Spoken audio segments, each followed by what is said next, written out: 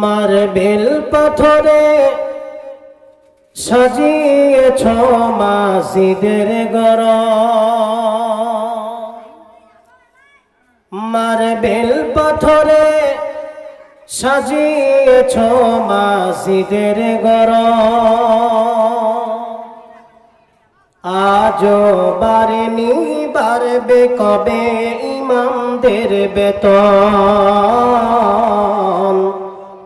আজও বাড়েনি, বাড়বে কবে ইমামদের বেতন?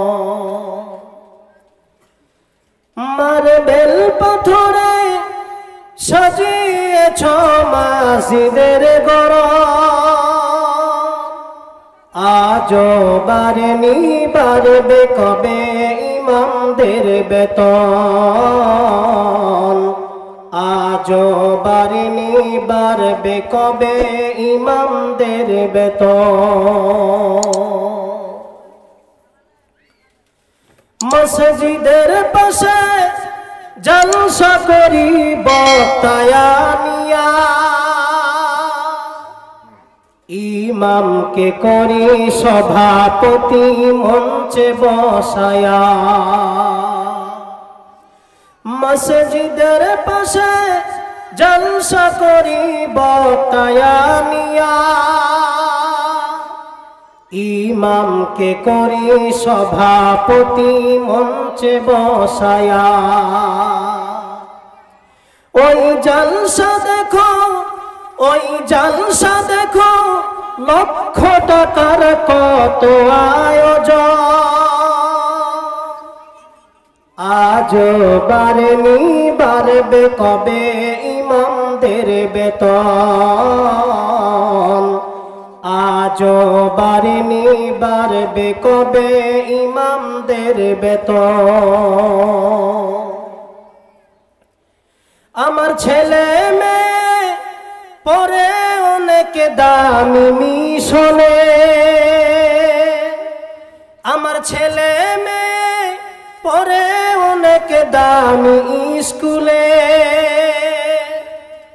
10,000 টাকা বেতন লাগে প্রতি মাসে।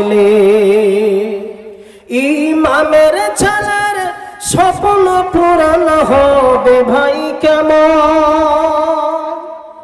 আজও বাড়েনি, বাড়বে কবে ইমামদের বেতন? আজও বাড়েনি, বাড়বে কবে ইমামদের বেতন?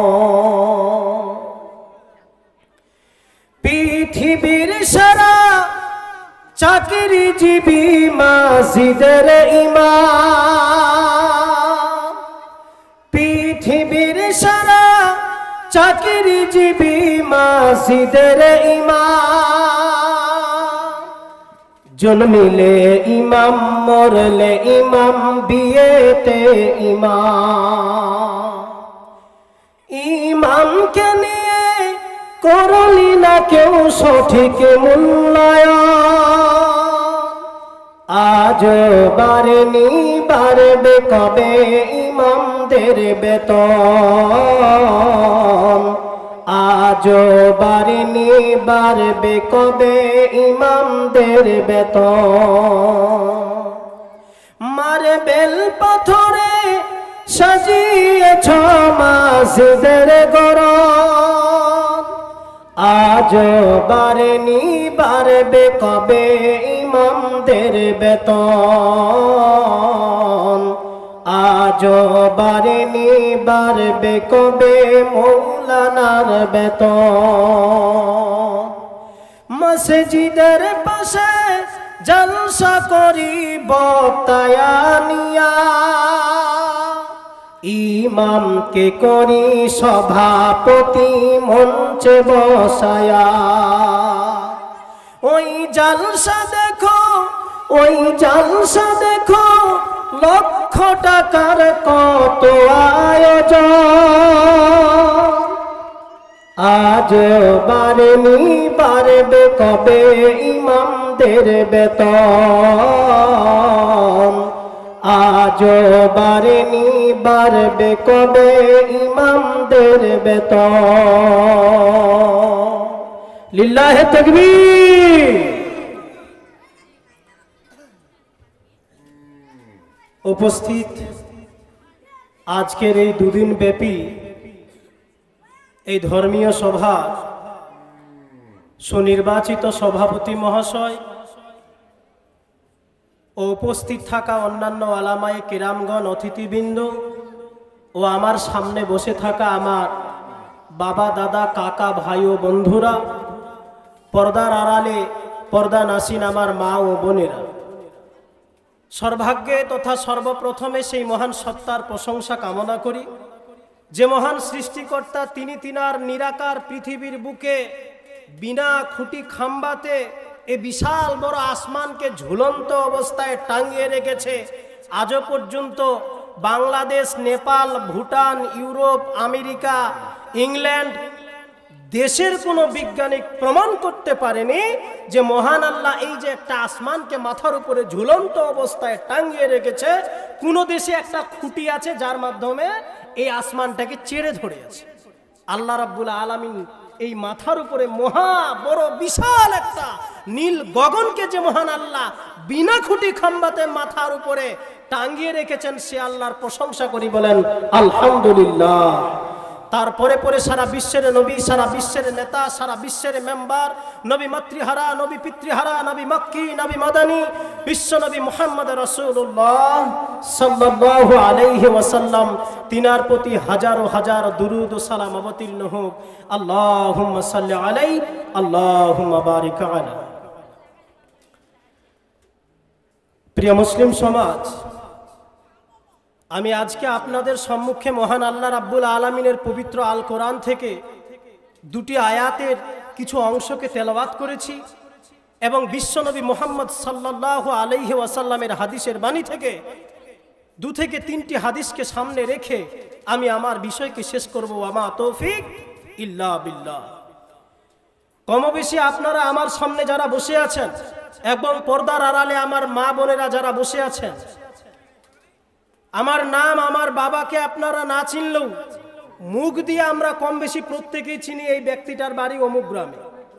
আপনি যদি মনে করেন আমি আপনার দিনী ভাই, আপনি যদি মনে করেন যে এই মাহফিলে এসেছি নেকির উদ্দেশ্য নিয়ে, আপনি যদি মনে করেন এই উদ্দেশ্য নিয়ে হাসরের মাঠে আল্লাহকে বলবো, আল্লাহ এ গভীর রাত্রিতে কৃষ্ণবাটির বহু মানুষ রাত 8টায় খেয়ে শুয়ে গিয়েছিল, কিন্তু তোমার কোরআনের বাণীর তেলাওয়াত হচ্ছিল, তোমার রাসূলের বাণীর বর্ণনা চলছিল বলে ওই দিন রাতে ঘুমকে কুরবান করে দিয়ে প্যান্ডেলের তলে বসেছিলাম।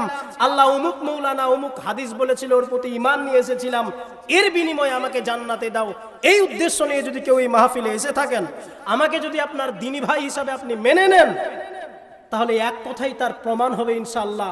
আমি একবার লিল্লাহে তাকবীর বলবো, আপনারা সবাই একবার উঠে একটু সামনে আগে আসবেন। তাহলে আমি মনে করবো ইনশাআল্লাহ আপনি যে আশা আকাঙ্ক্ষা নিয়ে এসেছেন, আমার প্রতি যে আপনার ভালোবাসা, এর প্রভাব প্রকাশ আমি আমার সচক্ষে দেখতে পাবো। আমি একবার লিল্লাহে তাকবীর বলবো, আপনারা সবাই একটু সামনে আসবেন।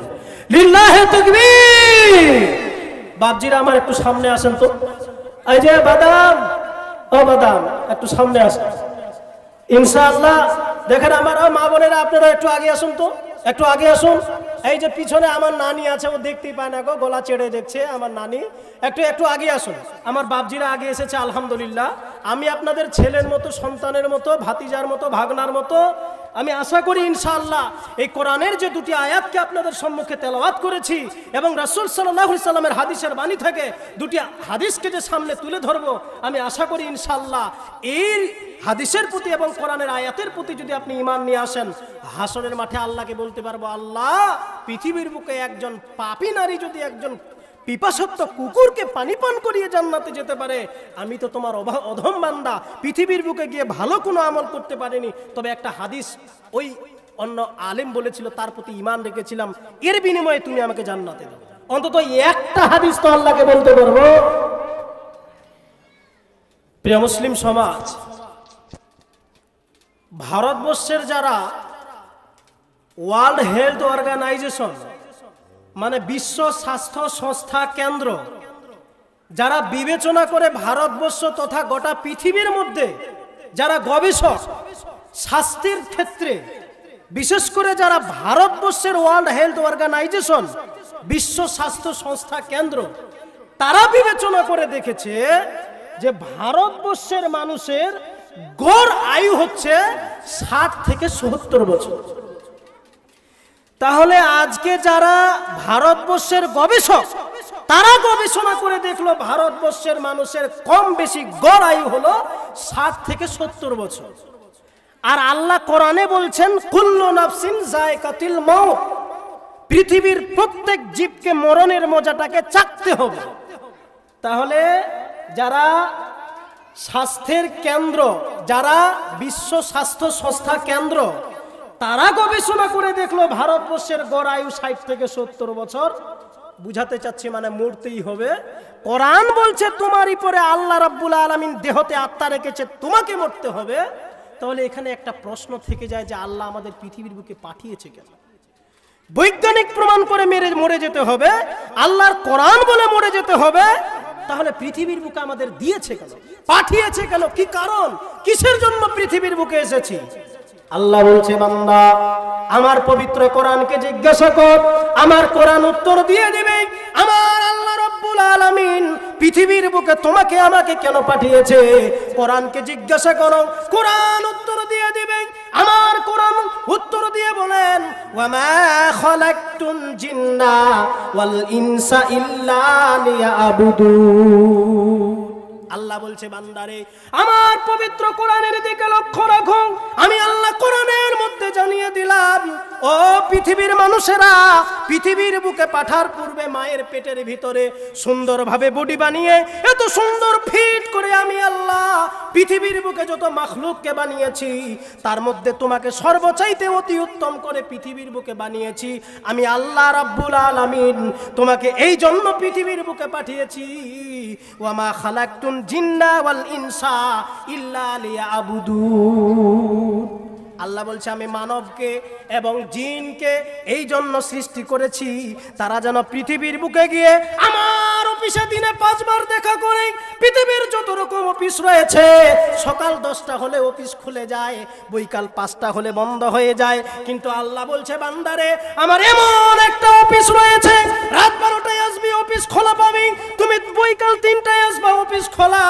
একবার গভীর রাত্রে 2টায় যদি এসে বলো রাব্বানা, একবার যদি আমি আল্লাহ আমাকে ডাকো গভীর রাত্রে যদি একবার এসে তোমার দুটো চোখ দিয়ে একবার অশ্রু ফেলতে পারো, আমি আল্লাহ রাব্বুল আলামিন কোরআনে বলে দিয়েছি উদুনি, তোমরা আমাকে ডাকো আস্তাজিব লাকুম, আমি তোমাদের ডাকে সাড়া দেব। আজকে পৃথিবীর মানুষ আল্লাহ রাব্বুল আলামিন পবিত্র আল কোরআনের মাধ্যমে জানাচ্ছেন যে পৃথিবীর বুকে মানুষ এবং জিনকে সৃষ্টি করেছি তারা যেন আমার ইবাদত করে, তারা যেন আমার অফিসের সঙ্গে আমার সঙ্গে যোগাযোগ করে।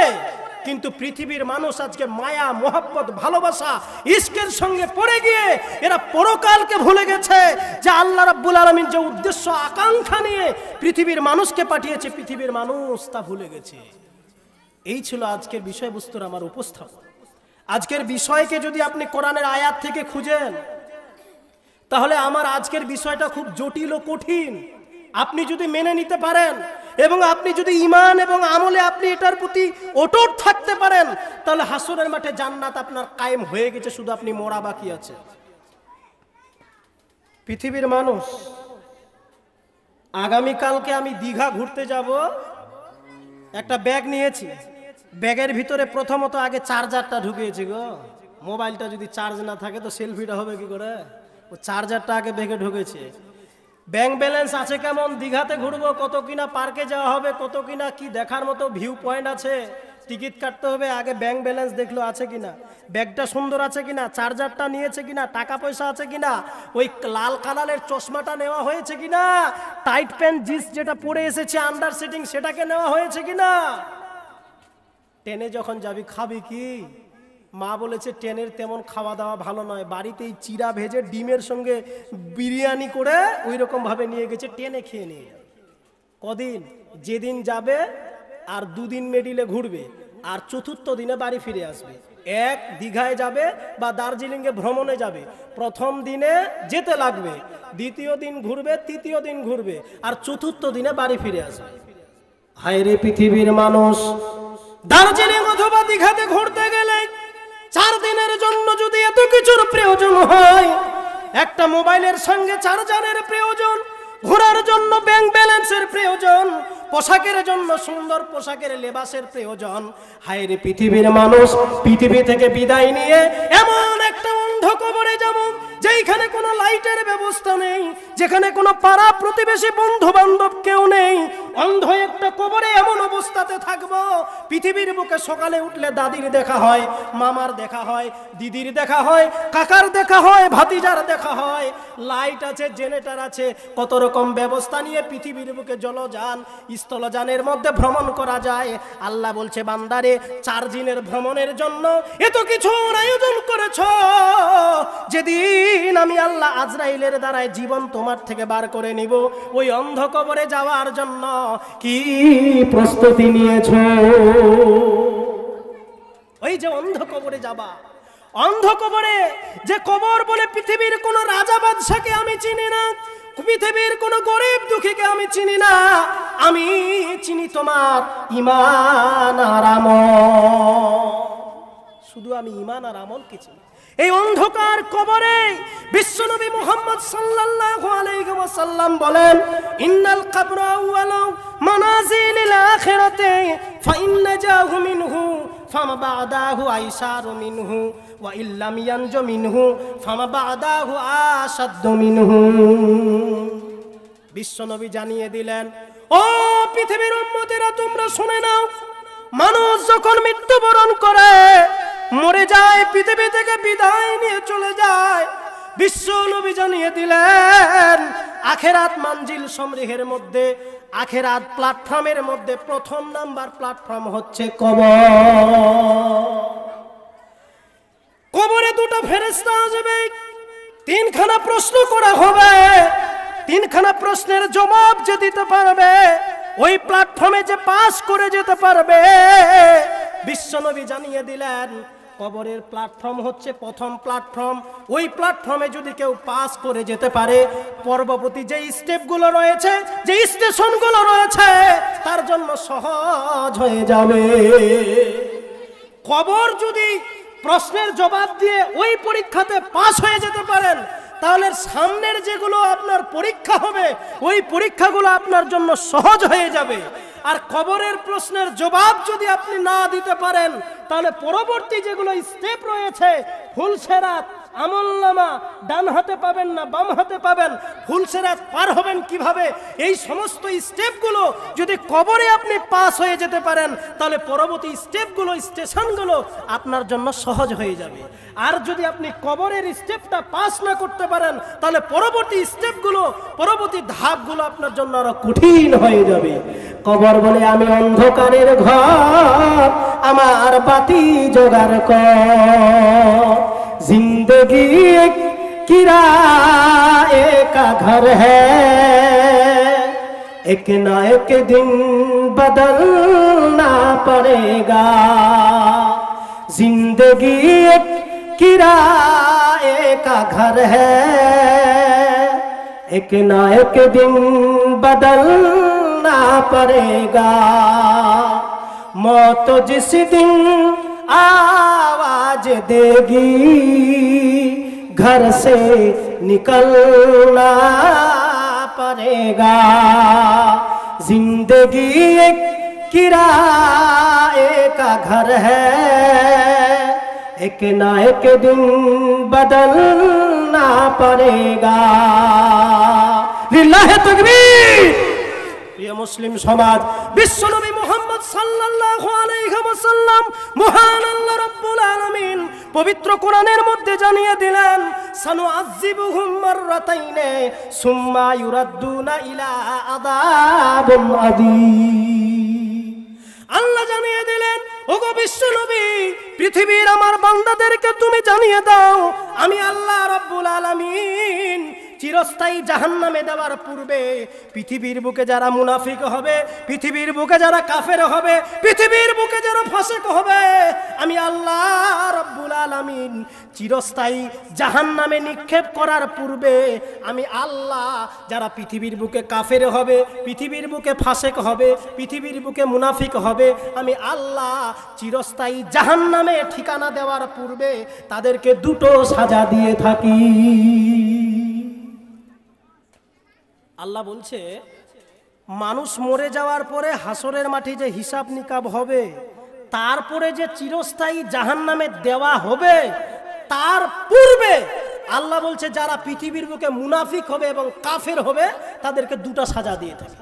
প্রথম সাজা হচ্ছে আল্লাহ বলছে যারা পৃথিবীর বুকে মুনাফিক হবে, যারা কাফের হবে, যারা চিরস্থায়ী জাহান্নামের মধ্যে নিজের ঠিকানাকে ঠিকানা করবে, আমি আল্লাহ ওই চিরস্থায়ী জাহান্নামে দেওয়ার পূর্বে তাদেরকে দুটো সাজা দিয়ে থাকি। এক নাম্বার সাজা হচ্ছে তারা যতদিন পৃথিবীর বুকে বেঁচে থাকবে চিরদিনের জন্য তারা সব সময়ের জন্য তারা পেরেশানিতে পড়ে থাকবে, সব সময়ের জন্য তারা বেচেন হয়ে পড়ে থাকবে, কখনো তাদের মনের মধ্যে শান্তি খুঁজে পাবে না। যারা পৃথিবীর বুকে মুনাফিক, যারা পৃথিবীর বুকে কাফের, বিশ্বনবী জানিয়ে দিলেন, আল্লাহ কোরআনে জানিয়ে দিয়েছেন তাদেরকে চিরস্থায়ী জাহান্নামে দেওয়ার পূর্বে দুটো আযাব দিব। এক নাম্বার আযাব হচ্ছে তারা পৃথিবীর বুকে সব সময়ের জন্য পেরেশানিতে থাকবে, দুশ্চিন্তায় থাকবে, কখনো শান্তি খুঁজে পাবে না। পৃথিবীর বুকে কোটি টাকা ইনকাম করবে কিন্তু কোনোদিনও ওই টাকার মধ্যে বরকত খুঁজে পাবে না। কোটি টাকার চাকরি দেখো অভাব হয় না দূর, গরিব ঘুমায় আরাম করে মনটা বাহাদুর। কোটি টাকার চাকরি দেখো অভাব হয় না দূর, গরিব ঘুমায় আরাম করে মনটা বাহাদুর। ফেরাউনের লাশটা দেখো মিশর জাদু ঘরে, খায় না মাটি পোকা মাছি সবাই ঘৃণা করে। হৃদয়ে থাকি বেজার নম্রতা সদা, রহমত আসিবে সেথা প্রভুর আদা। হৃদয়ে থাকি বেজার নম্রতা সদা, রহমত আসিবে সেথা প্রভুর আদা। বড়র বড়াই থাকলে দিলে রহমত আসবে না, নিজেকে নিজে ছোট মনে করিও সদা। উঁচু জমিন থেকে পানি নিচু জমিনে যায়, তেমনি খোদা রহমত আসে নম্রতারি দায়।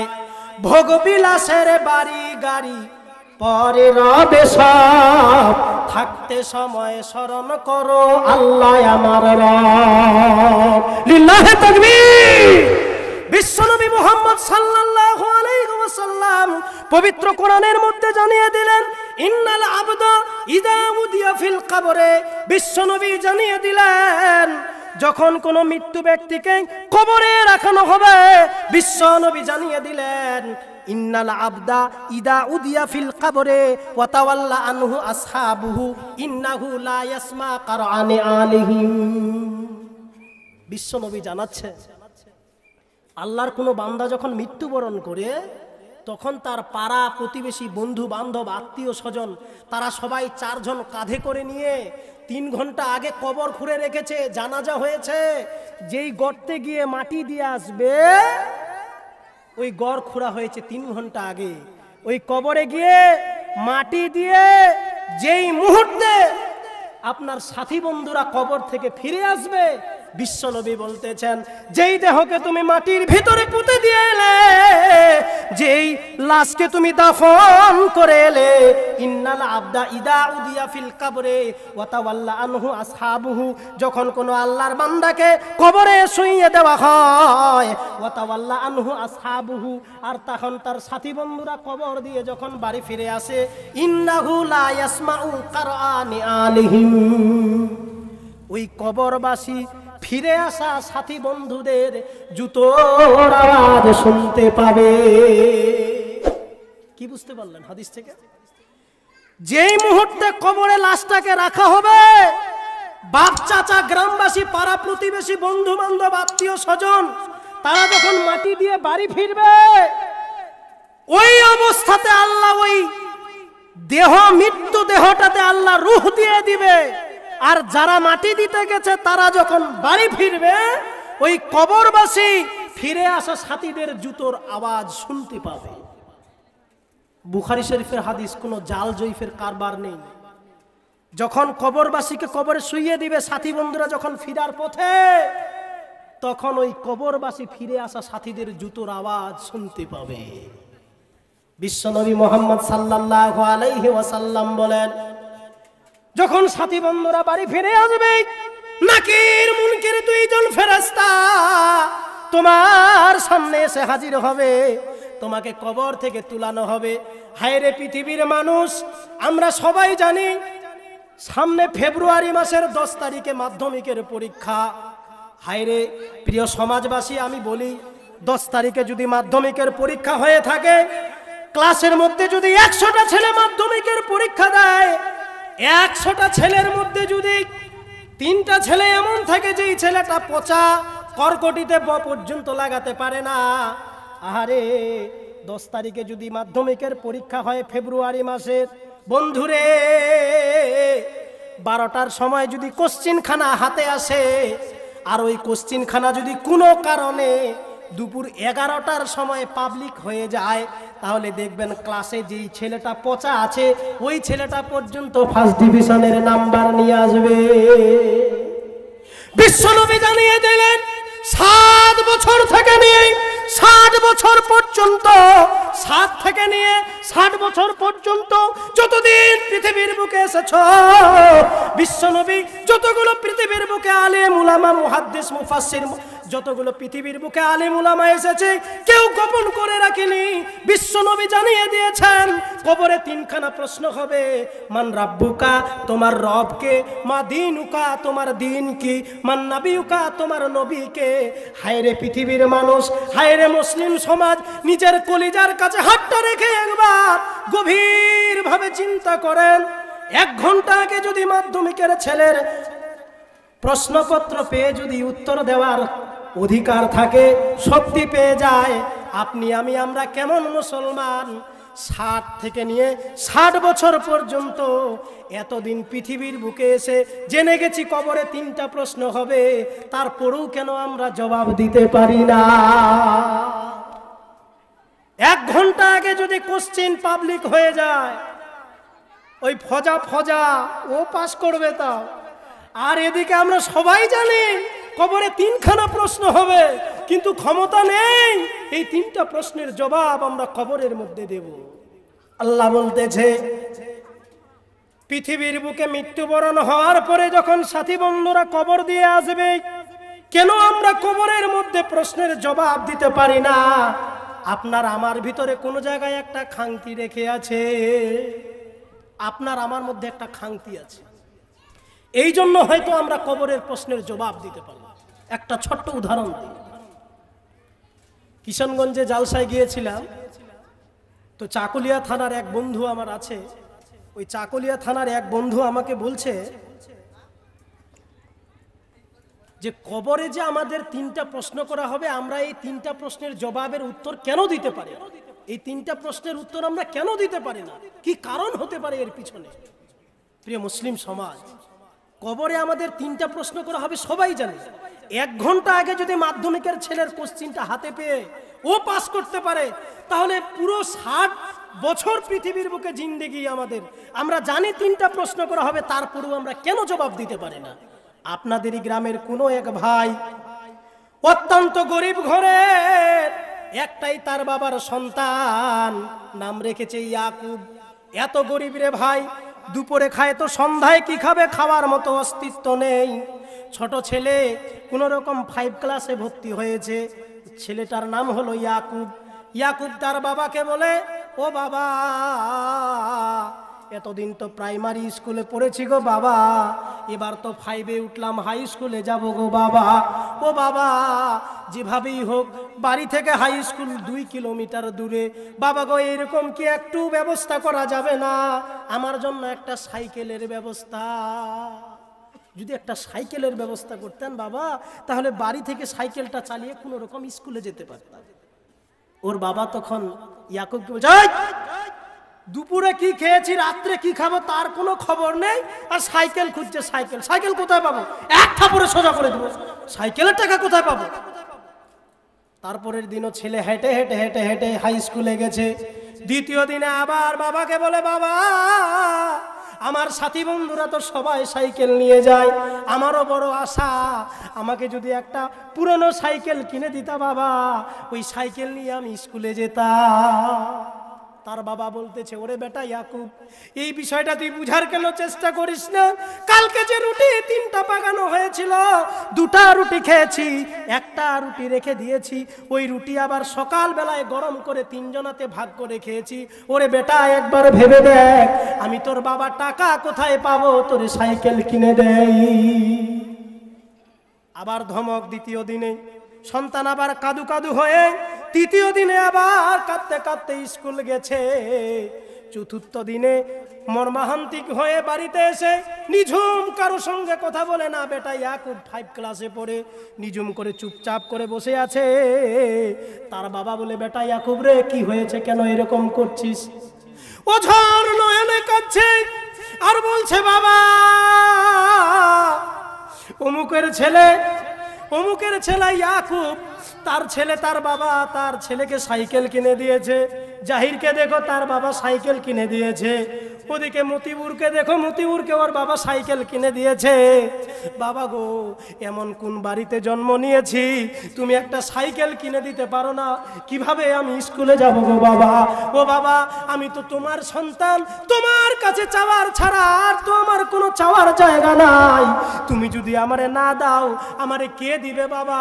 তুমি ছাড়া আমার কে আছে? আমার তো আর চাওয়ার কোনো জায়গা না। এইভাবে যখন কাঁদতে কাঁদতে বাবার কাছে অঝোর নয়নে ইয়াকুব কেঁদে ফেলেছে, ওই 5 ক্লাসের সন্তানকে বাবা বুকের মধ্যে জড়িয়ে ধরে বলে, ও বেটা ইয়াকুব, আমি কথা দিলাম কাল সকালে যেভাবেই হোক, যা কিছু করে হোক, যদি বাড়িতে 2 দিন ধরে খেতে না হয়, খাওয়া 2 দিন বন্ধ করে দেব। তারপরেও আমি কথা দিলাম বেটা রে, কাল সকালে পুরানা হলেও একটা সাইকেলের আমি তোর ব্যবস্থা নেব। কি বুঝলেন? কি বুঝলেন? সন্তান ইয়াকুব বাবার কলিজাকে স্পর্শ করতে পেরেছে। বলেছে, বাবা তুমি ছাড়া তো আর কেউ নেই আমার মনের কামনাকে পূরণ করতে পারবে, আমার চাহাতকে মিটানো করতে পারবে, আমি কার কাছে আর সাইকেল চাইতে পারবো? 5ম দিনে বেটা ইয়াকুবকে জড়িয়ে ধরে বলে, আরে আমি তোমার একটা সাইকেলের আগামীকাল ব্যবস্থা করব। ইয়াকুব যদি তার বাবার কলিজা টাচ করে, বাবা যেই বাড়িতে দুপুরে কি খায় সকালে খাবার ঠিক নাই, ওর বাবা যদি ছেলের সাইকেলের ব্যবস্থা করতে পারে, আল্লাহ বলছে, বান্দারে আমার এত বড় ভান্ডার, পৃথিবীর গত মানুষ আদম থেকে নিয়ে তুমি পর্যন্ত গোটা পৃথিবীর মানুষ এক প্ল্যাটফর্মে যদি দাঁড়িয়ে যায়, আর আমি আল্লাহ তারা আমার কাছে যদি তাদের চাহাতগুলো চায়, তাদের মনের কামনা যদি আমি আল্লাহ আমার কাছে তারা বিলিয়ন করে দেয়, আমি আল্লাহ আমার এত ধন ভান্ডার, একটা সমুদ্রের ভিতরে যদি শাহাদাতের আঙ্গুলটা একবার ঢুকিয়ে দাও, ওই সমুদ্র থেকে যতটুকুন পানি উঠবে, গোটা পৃথিবীর মানুষ আদম থেকে নিয়ে শেষ পর্যন্ত গোটা পৃথিবীর মানুষ যদি এক প্ল্যাটফর্মে দাঁড়িয়ে যায়, আর তাদের মনের চাহাতগুলো যদি আমি আল্লাহ আমার কাছে তারা চায়, আমার এত ধন ভান্ডার, গোটা পৃথিবীর মানুষের মনের চাহাতকে যদি মিটিয়ে দিই, আমার কাছ থেকে অতটুকুন কমবে। একটা সমুদ্রতে আঙ্গুল ভরলে পরে উঠালে যতটুকুন পানি পাবে, আমার ধন ভান্ডার থেকে আমি আল্লাহ এতটুকুন আমার কমবে। আপনি আমরা কি করেছি? এরা ইয়াকুব যদি ওর বাবার কলিজাকে স্পর্শ করতে পারে, তাহলে আপনি আমি কোন রক্ত মাংস দিয়ে আমরা তৈরি? কেন আল্লাহর ঘরে গিয়ে ডাকরে ডাকরে কেঁদে আল্লাহকে বলতে পারি না, আল্লাহ আমি তো তোমার অধম বান্দা, আমার মতো পাপী তো পৃথিবীর বুকে লোকে কেউ নেই। আমি তো ছোটবেলায় জেনা করেছি, আমি তো ছোটবেলায় আমের কাছের আম চুরি করে খেয়েছি, আমি তো কলেজ বলে বান্ধবীকে নিয়ে আমি পার্কে ঘুরতে গেছি। আল্লাহ আমার মতো তো পাপী কেউ নেই। আল্লাহ আল্লাহ আমার মতো পাপী তো কেউ নেই, আমার মতো জালেম তো কেউ নেই। কিন্তু আল্লাহ তুমি ছাড়া ক্ষমাশীল আর তো কেউ নেই, তুমি আমায় ক্ষমা করো আল্লাহ। এইভাবে যদি একবার আল্লাহর ঘরে গিয়ে আপনি ডুকরে ডুকরে কাঁদেন আর ওই দিন থেকে যদি তওবা আস্তাগফিরুল্লাহ করেন, আল্লাহ বলতেছে সবচাইতে আমি ওই বান্দাকে বেশি ভালোবাসি যে আমার কাছে এসে তওবা করে, যে খারাপ কাজ থেকে ফিরে আসে। আমি আল্লাহ রাব্বুল আলামিন তাকে সবচাইতে বেশি ভালোবাসি। আর আজকে পৃথিবীর মানুষ ইয়াকুব যদি তার বাবার কলিজাকে স্পর্শ করতে পারে, তাহলে আপনার আমার ভিতরে কোন রক্ত আছে, কোন মাংস দিয়ে আল্লাহ গড়েছে যে আল্লাহর ঘরে গিয়ে ডুকরে ডুকরে কেঁদে বলতে পারি না, আল্লাহ আমি তোমার অধম বান্দা, আমি তোমার পাপী বান্দা, আল্লাহ তুমি আমায় ক্ষমা করো। এই ক্ষমতা আপনি আমরা কেন রাখি না? কেন কবরের 3টা প্রশ্নের জবাব আল্লাহ দিতে পারি না? আমি কি করিলাম এ দুনিয়ায় আসিয়া, চিন্তা করে দেখে রে মন ভাবিয়া, দুনিয়া দারির মহাবতে পড়িয়া, আল্লাহ রাসূল সবে গেলাম ভুলিয়া। কারবা বাড়ি কারবা ঘর কারবা কি, যেদিন চলিয়া যাইবে রে তোর প্রাণ পাখি। লিল্লাহে তাকবীর। কবরে 3টা প্রশ্ন করানো হবে, বিশ্ব নবী জানিয়ে দিলেন। এই 3টা প্রশ্নের মধ্যে প্রথম 2 ফেরেশতা, এক নাম কিরামিন কাতিবিন, 2টা ফেরেশতা থাকবে। আল্লাহ রাব্বুল আলামিন নাকির মুনকিরকে সামনে হাজির রাখবে। ওই নাকির মুনকির কবরবাসীকে দাঁড়িয়ে বলবে, বল মান রাব্বুকা, তোর রব কে রে? ফেরেশতারা জিজ্ঞাসা করবে, তোর রব কেডা? ওই কবরবাসী যদি পৃথিবীর বুকে নামাজ না পড়েছে, আলেমের কথার প্রতি ঈমান না নিয়ে এসেছে, সেদিন কবরবাসী বলবে লা আদরি, আমি কিছু জানি না। হ্যাঁ কুনতু আকুলু মা ইয়াকুলুন নাস, পৃথিবীর বুকে লোকজন যা বলতো তাই আমি বলতাম, ওরা যা করতো হুড়ে পাল আমিও তাই মেরে দিতাম। তখন ফেরেশতা বলবে ফায়াকুলু লা দারাইতা ওয়া লা তালাইতা, তার মানে তুমি জানতেও না তো তেলাওয়াতও করতে না আর জানার চেষ্টাও করতে না। কবরবাসী সিলিন্ডার কিছু জানে না। ফেরেশতারা তখন বলবে সুম্মা ইউদরিবু বিমিতরিকাতিন জারাবাতান বাইনা উজুনাইহি, আল্লাহ তখন বলবে এই কি দেখছিস রে, শুরু কর শুরু কর। আর কি দেখছিস? পৃথিবীর বুকে আলেম উলামারা গিয়ে জাহান্নামের গেটে জাহান্নামের ফেরেশতারা দাঁড়িয়ে থাকবে, আর যখন আপনি জাহান্নামে যাবেন তখন ফেরেশতারা বলবে কি ব্যাপার, হে তুই জাহান্নামে যাচ্ছিস, ব্যাপারটা কি? আলাম ইয়াতিকুম নাযীর, পৃথিবীর বুকে কি তোমার সঠিক পথ অবলম্বনকারীর জন্য কোনো আলেম তোমাকে সঠিক পথ দেখা দেয়নি? ওই কবরবাসী তখন জাহান্নামী ব্যক্তি বলবে বালা জি হ্যাঁ বলেছিল বটে, কিন্তু আমি যে আমির খান, আমি ওই রকম ভাবে ওদের কথাকে কোনোদিন ভরক্ষেপ করিনি, যেটা লেগেছে তাই বলেছি। কবরে 3টা প্রশ্ন করার পরে প্রথম প্রশ্ন যখন করে বলবে, ওই মুনাফিক ব্যক্তি যখন বলবে লা আদরি, আমি কিছু জানি না, কুনতু আকুলু মা ইয়াকুলুন নাস, পৃথিবীর বুকে লোকজন যা বলতো তাই আমি বলতাম। তখন ফেরেশতারা বলবে ফায়াকুলু লা দারাইতা ওয়া লা তালাইতা, তার মানে তুমি জানতেও না তো তেলাওয়াতও করতে না। সুম্মা ইউদরিবু বিমিতরিকাতিন মিন হাদিদিন,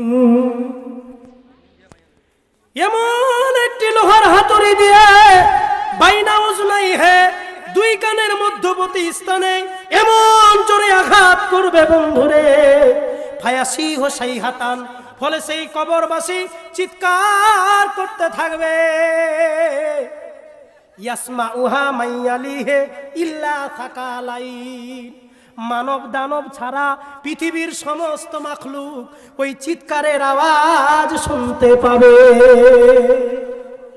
আজকে কবর দিয়ে এলেন, ওই ব্যক্তি যদি জাহান্নামী হয়ে থাকে, তার কবরের পাশে যদি একটা গরু ছাগল হাঁস মুরগি কিছু বাঁধা থাকে, আর যখন আপনি চলে আসবেন দেখবেন ওই ব্যক্তি যদি জাহান্নামী হয়ে থাকে, ওই ব্যক্তি যদি প্রশ্নের 3টা জবাব না দিতে পেরেছে, যখন নাকির মুনকির তাকে প্রশ্ন করবে, জবাব যখন দিতে পারবে না, মানুষ ছাড়া, মানে গরু ছাগল, পানিটা একটু আমাকে দিও, মানুষ ছাড়া ওই গরু ছাগল ওই চিৎকারের আওয়াজগুলো শুনতে পাবে, ওই খুঁটা থাকবে না, রশি ছিঁড়ে দৌড় দিয়ে গরু বাড়ি ফিরে আসবে। আল্লাহ রাসূল বলছেন ইয়াসমাউহা মাইয়ালিহি ইল্লা থাকালাইন, মানব দানব ছাড়া পৃথিবীর সমস্ত মাখলুক ওই চিৎকারের আওয়াজ শুনতে পাবে। কত জানাজার পড়েছি নামাজ, দিয়েছি কত দাফন, কোথায় যেন আছে আমার তৈরি সাদা কাফন, কত জানাজার পড়েছি নামাজ, দিয়েছি কত দাফন, কোথায় যেন আছে আমার তৈরি সাদা কাফন, কত জানাজার পড়েছি নামাজ, দিয়েছি কত দাফন। লিল্লাহে তাকবীর।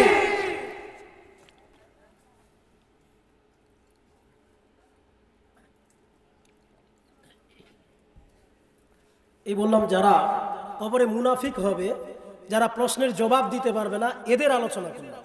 কিন্তু যারা কবরের প্রশ্নের জবাব দিতে পারবে, এদের স্পেশাল কি ব্যবস্থা আছে?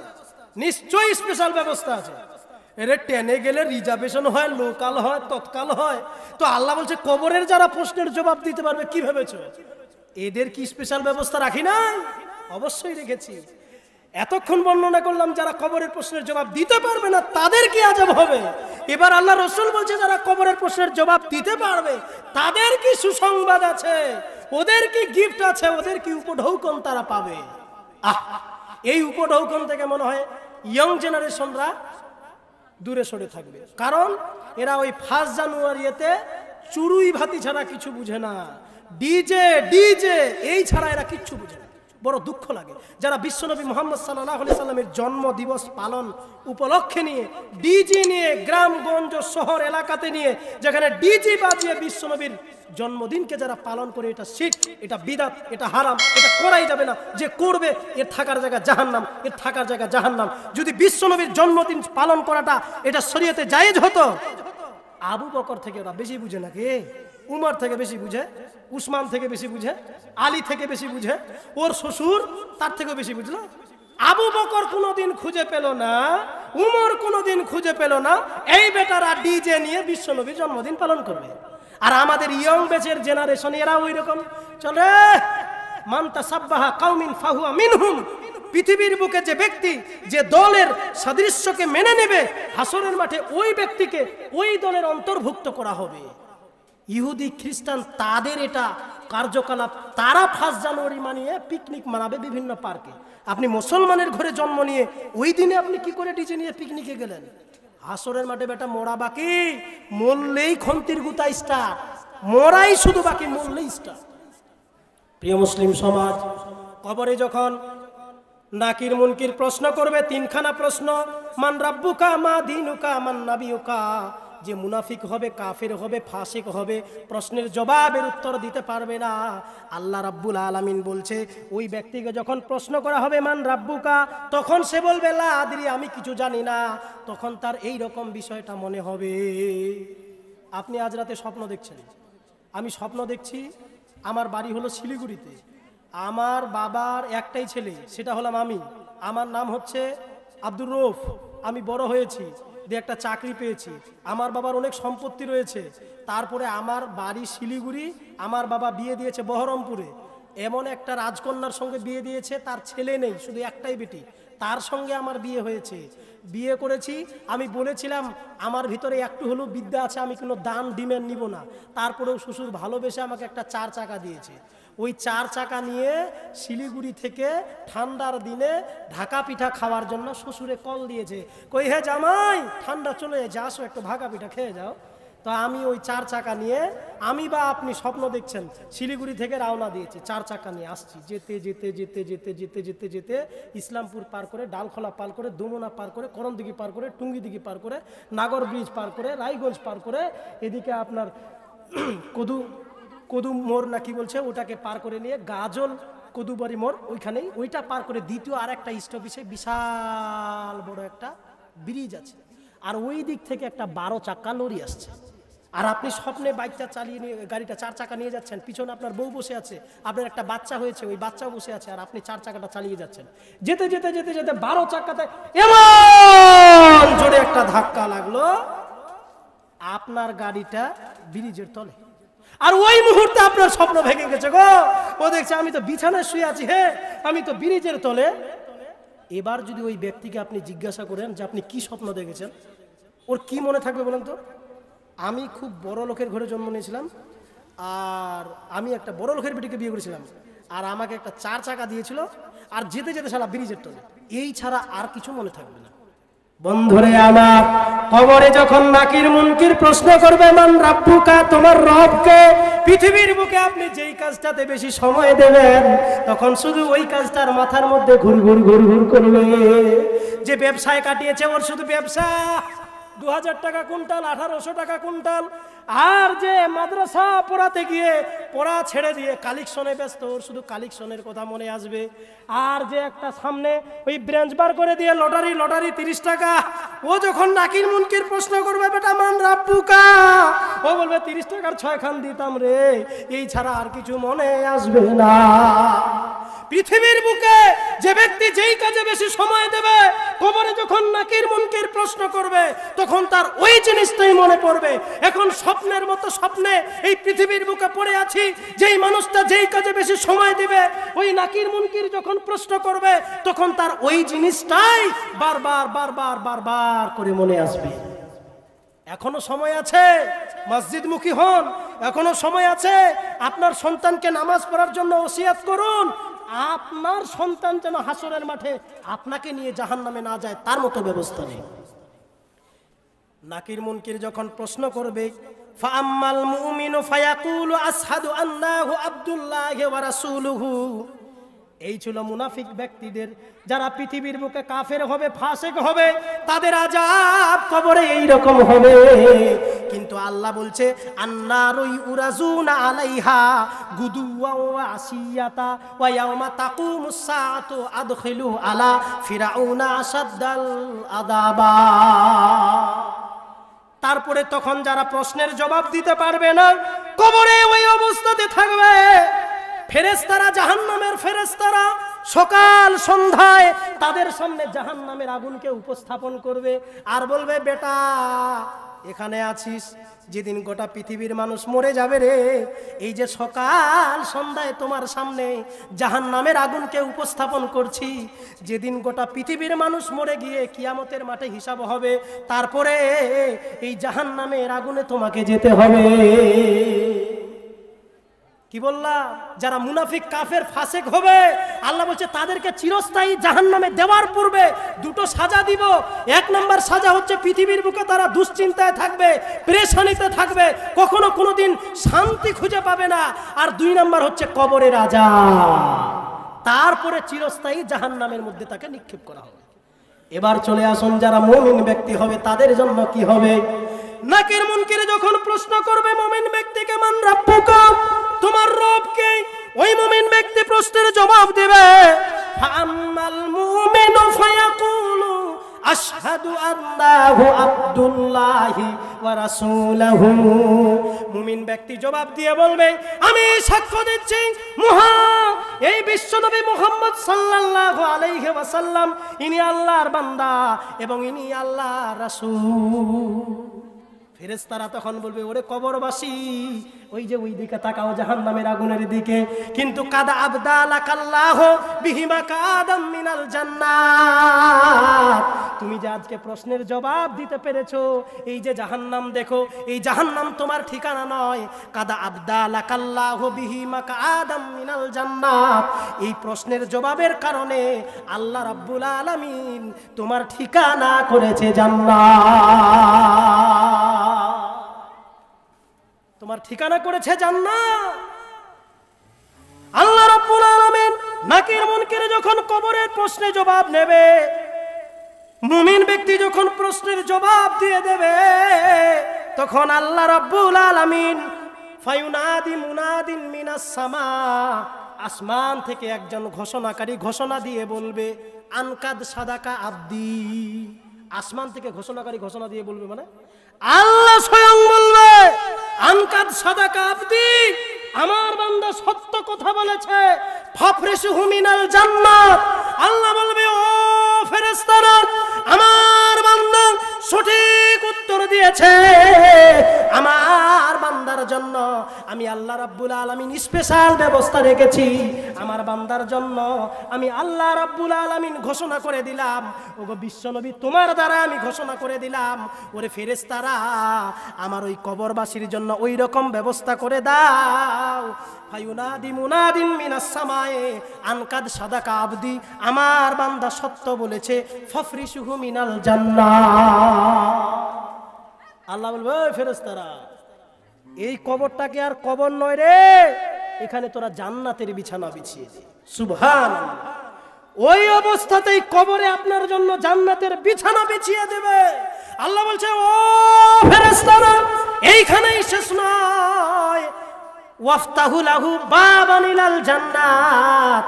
আল্লাহ রাব্বুল আলামিন বলছে, ফেরেশতারা রে, তার জন্য শুধু একটা স্পেশাল ব্যবস্থা নয়, আরো একটা স্পেশাল ব্যবস্থা রেখেছি, ওয়াফতাহু লাহু বাবান ইলাল জান্নাত। আমার এই কবরবাসীর জন্য আরেকটা তোমরা জান্নাতের গেট খুলে দাও। আল্লাহ বলবে, ও ফেরেশতারা, এখানেই শেষ নয়, আরো স্পেশাল ব্যবস্থা করে রেখেছি। বলে কি ব্যবস্থা? আল্লাহ রাব্বুল আলামিন বলবে, রাসূল সাল্লাল্লাহু আলাইহি ওয়াসাল্লাম বলেন, ওয়া আলবিসুহু মিনাল জান্নাত।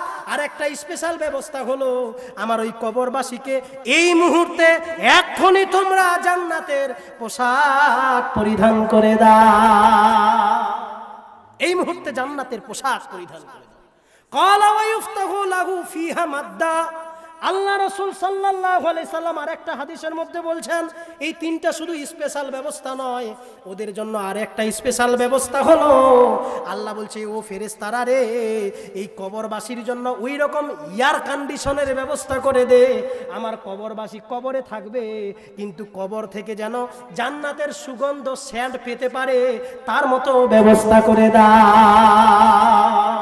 মরণ কথা শহরণ কি তোর নাই রে মুমিন ভাই, মরণ কথা স্মরণ কি তোর নাই, মরণ কথা স্মরণ কি তোর নাই রে মুমিন ভাই, মরণ কথা স্মরণ কি তোর নাই।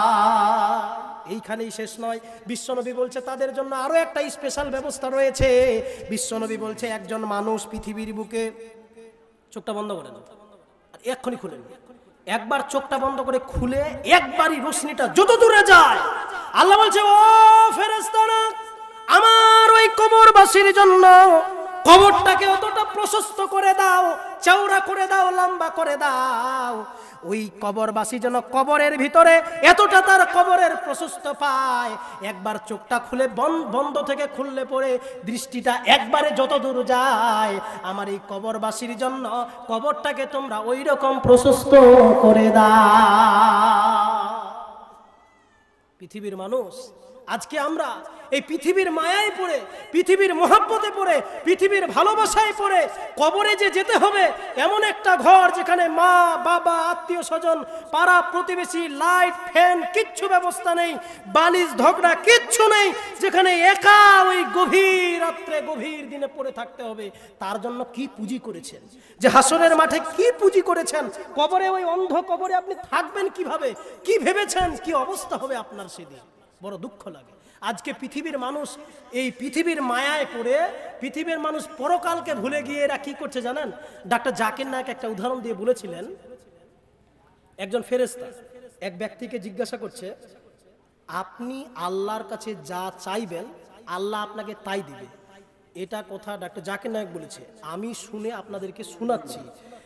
একজন ফেরেশতা এক ব্যক্তিকে বলতেছে যে আল্লাহর কাছে আপনি যা চাইবেন আল্লাহ আপনাকে তাই দেবে, তবে শর্ত হচ্ছে এটা, আপনি যা আপনাকে দেবে আপনার প্রতিবেশীকে দ্বিগুণ দেবে।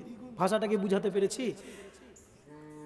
এক ব্যক্তি সাহাবীকে বলতেছে, এক ব্যক্তিকে আল্লাহ রাব্বুল আলামিন বলতেছেন যে তুমি যা চাইবা তোমাকে তাই দেবে, কিন্তু শর্ত হলো তোমার প্রতিবেশীকে তার দ্বিগুণ দেওয়া হবে। বলছে এরকম ব্যাপার? বলে হ্যাঁ। বলছে তাহলে আমি আল্লাহর কাছে চাচ্ছি একটা বাংলো, মানে বাংলো ঘর, বিশাল বড় ঘর, তোকে একটা ঘর দেওয়া হয়েছে। তো শর্ত কি ছিল গো? যে যদি আপনাকে একটা বাংলো দেওয়া হয় তো শর্ত হলো আপনার প্রতিবেশীকে দ্বিগুণ দেওয়া হবে। তো একে যদি একটা বাংলো দিয়েছে তো ওর প্রতিবেশীকে দুইটা বাংলো দিয়েছে। এর যা জ্বলতো দেখে আরো বেশি জ্বলছে যে শালা আমি কুনি মতো চেয়ে একটা বাংলো পেয়েছি, শর্ত হলো প্রতিবেশীর বলে দ্বিগুণ হবে, আমার যদি একটা বাংলো তো দুটা হলো। হ্যাঁ, বলছে তাহলে মন যখন তোর ভরলো না, তুই আল্লাহর কাছে আরো কিছু চা, কিন্তু শর্ত ওটাই, তুই যা চাইবি তার প্রতিবেশীকে দ্বিগুণ দেওয়া হবে। এটা কোরআন হাদিসে আছে তা বলছি না, ডক্টর জাকির নায়েক এক লেকচারে বলেছিল, আমি শুনে সেটা আপনাদের বলতেছি। দ্বিতীয়বারে ব্যক্তিটি চেয়েছিল যে আমাকে একটা কোল্টেস না কি কোম্পানির একটা ঘড়ি চেয়েছিল, যে আমাকে একটা ঘড়ি দেওয়া হবে। তো ওকে একটা ঘড়ি দেওয়া হলো, শর্ত কি ছিল? তার প্রতিবেশীকে দ্বিগুণ দেওয়া হবে। একে যদি একটা কোল্টেস কোম্পানির ঘড়ি দিয়েছে তো ওর প্রতিবেশীকে দুইটা দিয়েছে, এর আরো চলে। কি ব্যাপার রে, শর্তটা তো বড় জটিল। আমি যা পাই আমার প্রতিবেশী তার দ্বিগুণ পাচ্ছে। এর মনে বেচেন হয়ে গেল, শান্তি আর খুঁজে পায় না। তখন আরেকবার বলা হচ্ছে লাস্ট চান্স, তৃতীয়বার আরেকবার আল্লাহর কাছে কি চেয়ে দেখো, কিন্তু শর্ত ওটাই, তোমাকে যা দেওয়া হবে তোমার প্রতিবেশীকে দ্বিগুণ দেওয়া হবে, কিন্তু এটাই লাস্ট, আর তোমাকে চান্স দেওয়া হবে না। চিন্তা ভাবনা করে শেষ প্রান্তে বলছে যে আমি আল্লাহর কাছে চাই আমার একটা চোখকে অন্ধ করে দেওয়া হোক। শর্ত কি ছিল গো? যে প্রতিবেশীর দ্বিগুণ হবে, মানে এ চায় আমার যদি একটা চোখ আল্লাহ অন্ধ করে দেয় তো বেটার দুটাই যাবে। এই পৃথিবীর মানুষ নিজে কোনোদিন এগোতে পারবে না, কেউ যদি সৎ কামাইয়ে এগিয়ে যায় তার পা ধরে টেনে কি করে ছিঁচড়ে নামা যাবে, এই পিছনে সমাজের ব্যবস্থা, সমাজ এই জায়গাতে পড়ে আছে। ও নিজে চেষ্টা করে না কিভাবে হক সঠিকভাবে হালাল উপার্জন করে নিজে কিভাবে এগিয়ে যাব, এইরকম চিন্তা ভাবনা ওর ভিতরে নেই। ও কি করে ওখানে গেল? ও বোলেরো কিনেছে, আমি কেন পারবো না? ও 6 চাক্কা কিনলো, আমি কেন 4 চাক্কা কিনবো না? ওর গাড়িটাকে কিভাবে দাবাবো, এই টেনশন। মানুষের পিছনে লেগে আছে, একবারও কোশিশ করে না, একবারও চেষ্টা করে না। ওই ব্যক্তিটা যদি বোলেরো নিতে পেরেছে আমি 12 চাক্কা নিব, ও যদি 3 তালা দিতে পেরেছে আমি 4 তালা দিব। ও যদি 5 ওয়াক্ত নামাজের মধ্যে 3 ওয়াক্ত মসজিদে যায়, বাকি 2 ওয়াক্ত বাড়িতে পড়ে, আমি 5 ওয়াক্ত গিয়ে মসজিদে পড়ে আসবো। এ কোনোদিনও এইরকম চিন্তা ভাবনা মাথায় রাখে না, ও করেছে ওর মতো যেন আমিও পারি, এই নয়। গ্রামগঞ্জের মানুষের বেশিরভাগই ধারণা হলো এটা, ও এগিয়ে গেল ওর পা ধরে কি করে নিচে টানিয়ে নামা যাবে। প্রিয় মুসলিম সমাজ, আজকে আমি অনেক কিছুই কথাগুলো বললাম, সর্বশেষে আমি আপনাদের এক কথা বলতে চাই। আমি বিহারের এক জালসায় গিয়েছিলাম, তো বিহারে ওখানে কিন্তু উর্দু ভাষী, সবাই উর্দু থেকে বক্তব্য দিয়েছে। আমি ছিলাম দ্বিতীয় বক্তা বিহারে, কাটিহারের দিকে আর কি। তো আমি ছিলাম দ্বিতীয় বক্তা, তো আমি মনে মনে ভাবতেছি আমার কত সময় হবে, 9টা, খুব জোর বেশি তো 9:30, এর মধ্যে আমাকে উঠাবে। আমি ঘুমিয়ে পড়েছি, একটু ঘুমিয়ে পড়ে খাওয়া দাওয়া করে নিয়েছি, আগে ঘুমিয়ে গেছি। ঘুম থেকে এবার আমাকে ডাকতে এসেছে বক্তব্য দেওয়ার জন্য। তখন আমি চোখ টোক বুঝতেছি, চোখে পানি দিচ্ছি, উঠে দেখছি যে ঘড়িতে বাজে 1:40। যে রে আমি দ্বিতীয় বক্তা রে, 1:40। কোন রকম রেডি হয়ে স্টেজে এসে দেখছি আপনারা যা আছেন এর দ্বিগুণের দ্বিগুণের দ্বিগুণ লোক এসে উপস্থিত। কিন্তু আমাদের এই বেঙ্গল মানুষের আমাদের কার্যকলাপই সেটা, যদি 11টা বেজে যায় তো তারপরে যদি আরও কোনো বক্তা এনে দেন আর লোকজন থাকবে না, ওরা বাড়ি ফিরতেই থাকবে। সর্বশেষে আমি আমার এই সমাজবাসীকে আখেরে সবচাইতে একটাই আবেদন রাখবো, দেখেন পৃথিবীর কোনো মানুষের আপনি মন জয় করতে পারবেন না, কোনোদিনও সম্ভব নয়, কোনোদিনও সম্ভব নয়। আপনি পৃথিবীর মানুষের মন জয় করতে পারবেন না। ওকে যদি আপনি চিরদিন সহযোগিতা করলেন, চিরদিন ওর উপকার করলেন, একদিন যদি অপকার করে থাকেন তাহলে দেখবেন আপনার ওই একদিনের অপকারটাই ওই ভাববে, কিন্তু চিরদিনের উপকারটাও ভুলে যাবে। এটাই হচ্ছে পৃথিবীর মানুষের রীতি নীতি রেওয়াজ। এভাবেই পৃথিবীটা চলছে, এইভাবেই পৃথিবী চলে। প্রিয় মুসলিম সমাজ, আল্লাহ রাব্বুল আলামিন বলতেছেন, ওয়া তো ইজ্জু মান তাসা ওয়া তো জিল্লু মান তাসা। ইজ্জতের মালিক হলাম আমি, আর বেইজ্জতের মালিক হলাম আমি। আমি আল্লাহ যদি চাই তোমারে ইজ্জত দেব, কেউ তোমারে ঠেকাতে পারবে না। আর আমি আল্লাহ যদি চাই তোমারে বেইজ্জত করব, পৃথিবীর কারো ক্ষমতা নাই তোমারে কেউ ইজ্জত দেবে। শেখ হাসিনা বেটি বলেছিল, মিজানুর রে একবার বাংলাদেশে আয়, তোকে আয়না ঘরে ঢুকাবো। ওরে দিদি তুই তো গেলি রে।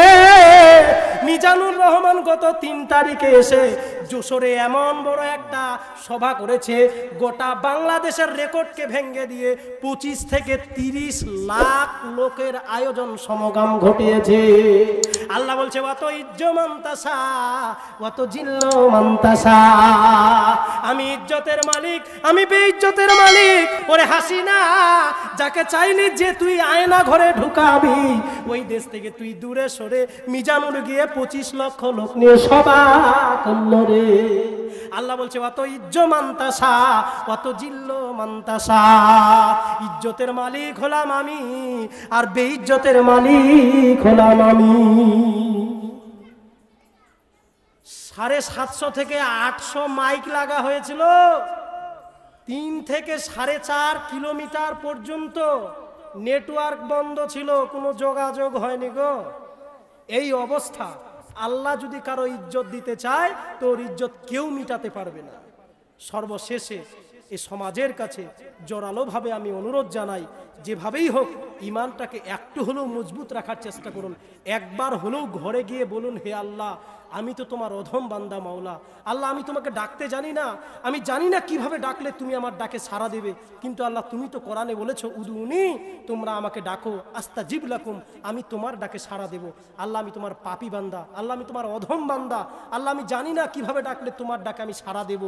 ইয়াকুব যদি কেঁদে ওর বাবার কলিজাকে স্পর্শ করতে পারে, তাহলে আপনি আমি মসজিদে গিয়ে কেঁদে আল্লাহর কাছে আমাদের বিগত জীবনের পাপকে কেন মোচন করতে পারবো না?